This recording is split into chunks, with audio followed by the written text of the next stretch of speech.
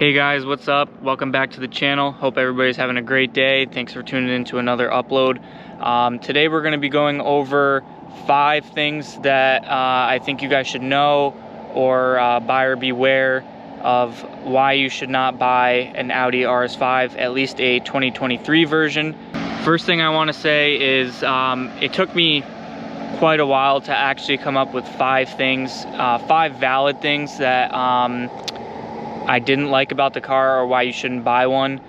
3 definitely easy ones, but then the last 2 were kind of a little bit tricky and more of a preference thing over a typical maybe another buyer or something like that. So these are just my opinions. Obviously everybody's different, but these are my 5 things. So without further ado, let's get right into it.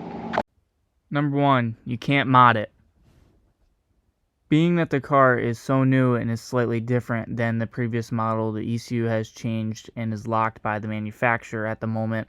I've contacted multiple companies like APR and 034 Motorsports in regards to tuning it, and all have said the same thing, that they're working on it and they just haven't been able to unlock it yet. Right now there's no tune, it's locked, and without a tune, any mods that you do to the car is putting it in jeopardy of hurting it.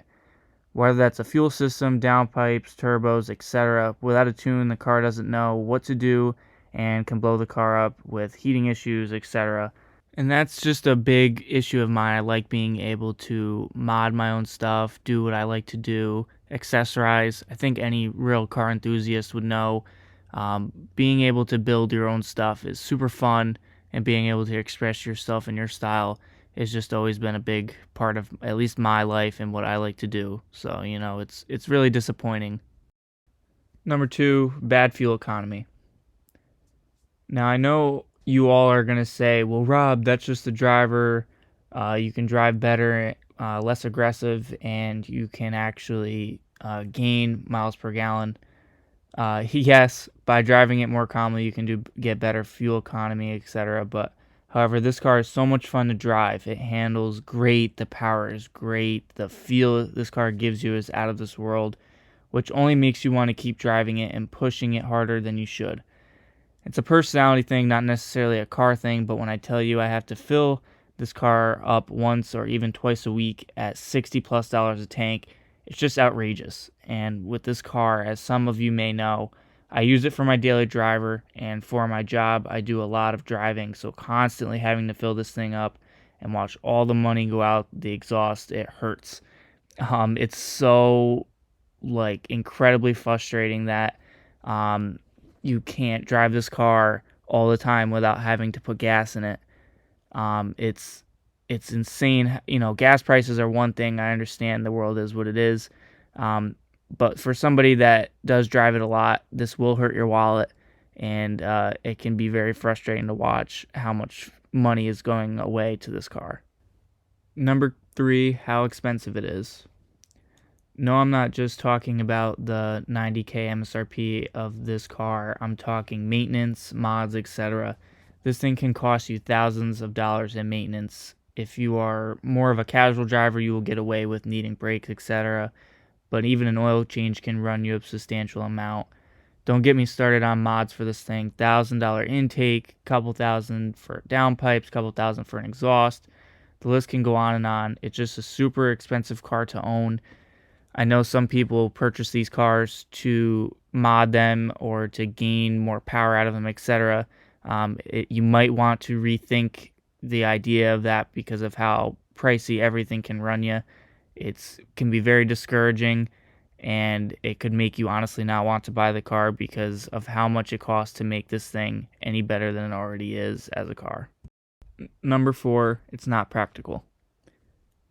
What do I mean by that? Well, depending on what you are using this car for, you might not want to even drive at certain places or park on a street. As a 22-year-old, I don't love the idea of parking a $90,000 car on the street or at a bar, etc. So I feel I've kind of been restricted on places I go with my friends, etc., simply because I'm not comfortable leaving my car in certain places. Yes, the world sucks, people suck, and I guess you can't always control what other people do to your property.